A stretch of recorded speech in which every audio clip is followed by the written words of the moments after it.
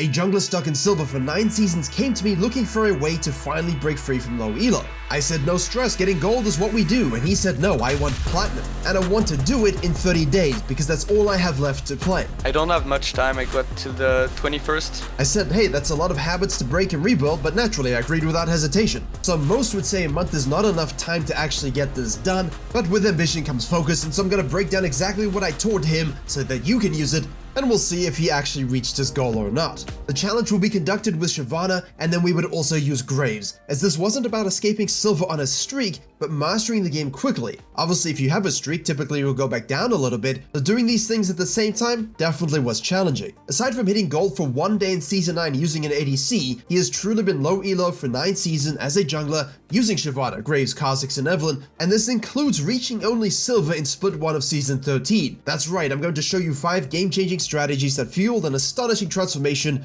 you would never expect. He contacted me and booked his sessions on July 22nd, and if he didn't reach it, he had put a challenge to himself that he would then focus on other games entirely. So for the first thing, we had a total habitual swamp. Broken mechanics, broken tracking, terrible team fighting, no macro whatsoever. Winning games when you're doing these things, or rather not doing these things, is kinda difficult. Early game was suffering, but while the concept takes time to work on making this perfect game plan, understanding ganking and matchups, we could easily get him some wins by winning games that low and mid MMR players are not capable of closing normally. That means even if you're not having a particularly good game, there are always windows to come back and make good plays using a few simple principles. This alone would not give him the control to necessarily make this climb, but give him the free wins to begin generating confidence. Remember, confidence is generated from evidence. If you have evidence that you can do something, you begin to believe in your own self that you can continue to do so. And now if you generate evidence that you can win unwinnable games, that affects everything, because suddenly every game in your mind is winnable outside of obviously the ones that troll. I always use the 60-20-20 split, where 60% of games have direct impact and result based upon how we play,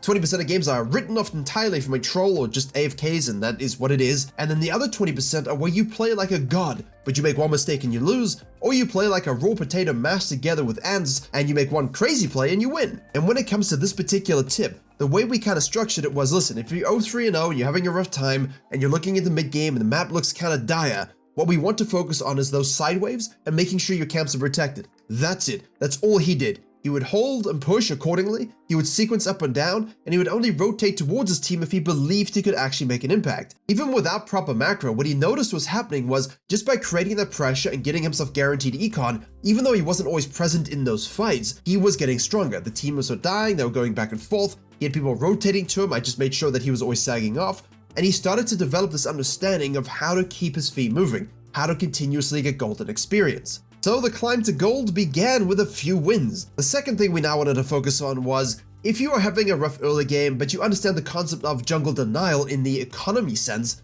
i.e. counter jungling, counter objectives, snacking things when they are up while the enemy jungler commits sins, then we can probably have a good time. By that I mean, if the enemy jungler goes and ganks and dies, and you just sequence your own camps and basically don't use his death for anything, you are not getting that jungle denial. If he makes a mistake, he must be punished. We very much subscribe to the Imperial train of thought here, and you have to be the Darth Vader hand of death when it comes to enemy junglers' mistakes. So while he continued to still die and have rough 0% KP starts, at least his own econ began to increase. The previous point brought forward made him sequence better, and when the enemy jungler would go ahead and do a dragon, he would take a herald. When they shoot top lane, he would go counter jungle the bottom side. If they ganked mid lane and he couldn't do anything, he would gank a side lane. He was not interested in necessarily denial through invading and fighting in advanced tracking, but simply using basic tracking to see what they have done, where they are right now, and then use basic timers to understand, hey, I can now counter jungle you. If a jungler starts on the bottom side, sequences up, and then ganks the top side, and he started top side and sequences down, he knows at 4 minutes 20 or so that Gromp is gonna come up. And because most low elo junglers and low gold junglers are kind of slow at clearing,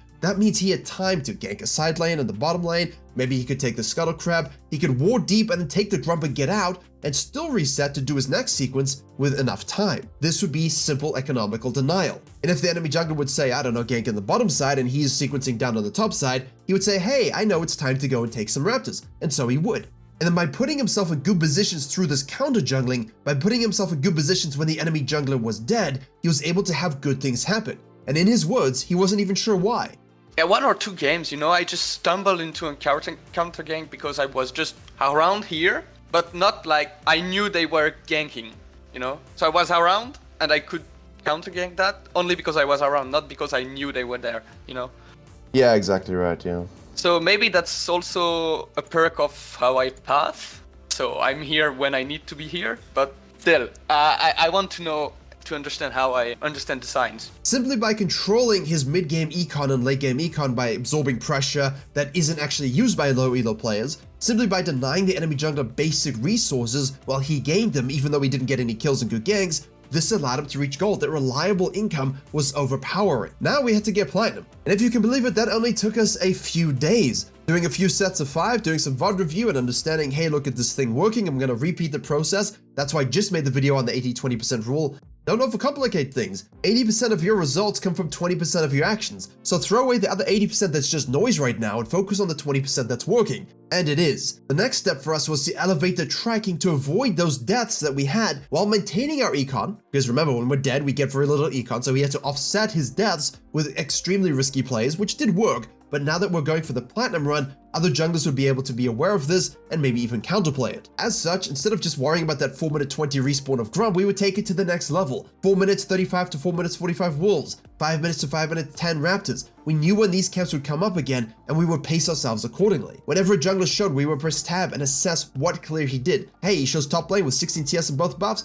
He did a 4 camper, but I saw him go red directly into the raptors. So what other camps did he do afterwards? Most likely the wolves and the blue. Not a great clear, but that's what he did. That means that we have Krugs and Grump most likely available. And again, you have to use these words, most likely, because you don't always know guaranteed what people do unless you have the vision. And by doing that, what we allowed ourselves to do was actually get more aggressive with their counter jungling, which positioned us in a better place to start to get earlier ganks. And because we were taking ganks that were more guaranteed through better tracking, and this is for first phase, second phase, early phase, we started to get more kills and less deaths. The deaths he had were because he was forcing ganks where junglers were going to show up because he wasn't tracking. The deaths were because he would take 2v2s that mechanically his matchup and him couldn't take. His risk assessment had gotten better, his tracking had gotten better, he started to reduce those deaths, and all of a sudden our early games are looking at 3-0-0 and we're popping off. So far, by ensuring that you are applying that pressure and econ gain in the mid game and the late game, you can win any game. By starting to focus your denial on the enemy jungle camps, by taking objectives when they're taking another one, exchanging things at the equal and greater,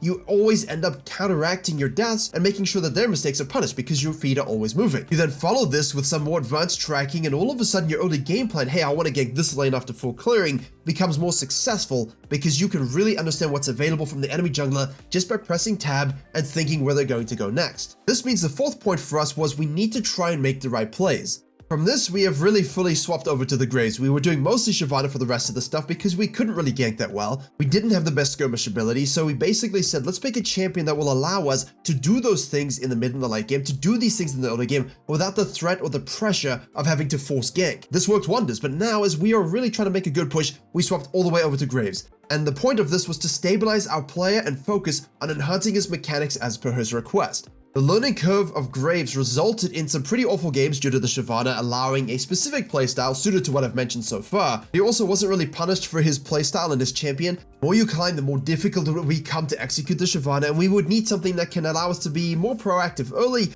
and have the ability to actually control games.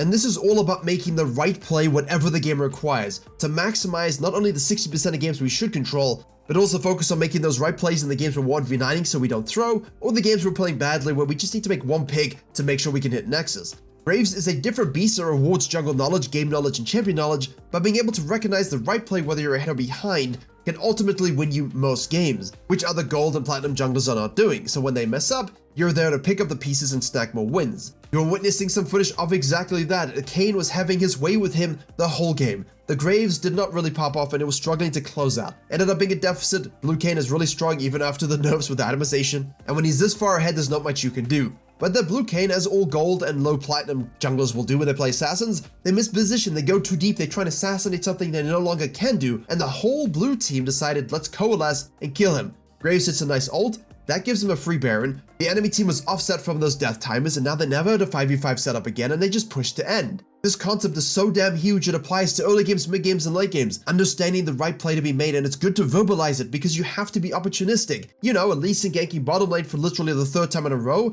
and this gold buff Veth keeps farming and ignores Herald. as Bel'Veth. Why is a Bel'Veth ignoring Herald when an enemy Lee Sin is on the bottom side? This is a gold game. Just giving it away for free. No reason. What would be the right play here? Oh, Lee Sin's bottom lane, hugging it. I'm going to go ahead and take this Herald. Maybe counter jungle him. Maybe I can dive top lane. If nothing, I can use it mid lane, or I can go back to base and then help counter gank on the bottom side. We've seen these examples. We understand this stuff. And if you want a better understanding of what exactly I mean by, hey, what is make the right play? What is a good decision? I made a proactive versus reactive Gurren versus Dante's example explaining how those terms don't really mean anything unless you think of them in a specific way. That video will be linked below. And the fifth thing that we are currently working on today is utter early game domination. And now you said, wait, today you're still working with him? Yes, but it's after August 20th. Did he quit the game? No, he didn't quit the game. That's because, my friends, he reached platinum. And you were asking, wait, how many days did it take? 11, my friends. It took 11 days from him getting into the Virkayu.gg material to him getting to platinum. And this is the framework and the things that he learned in the order he learned them to do it. And now, because he reached his goal, he decided to stick around,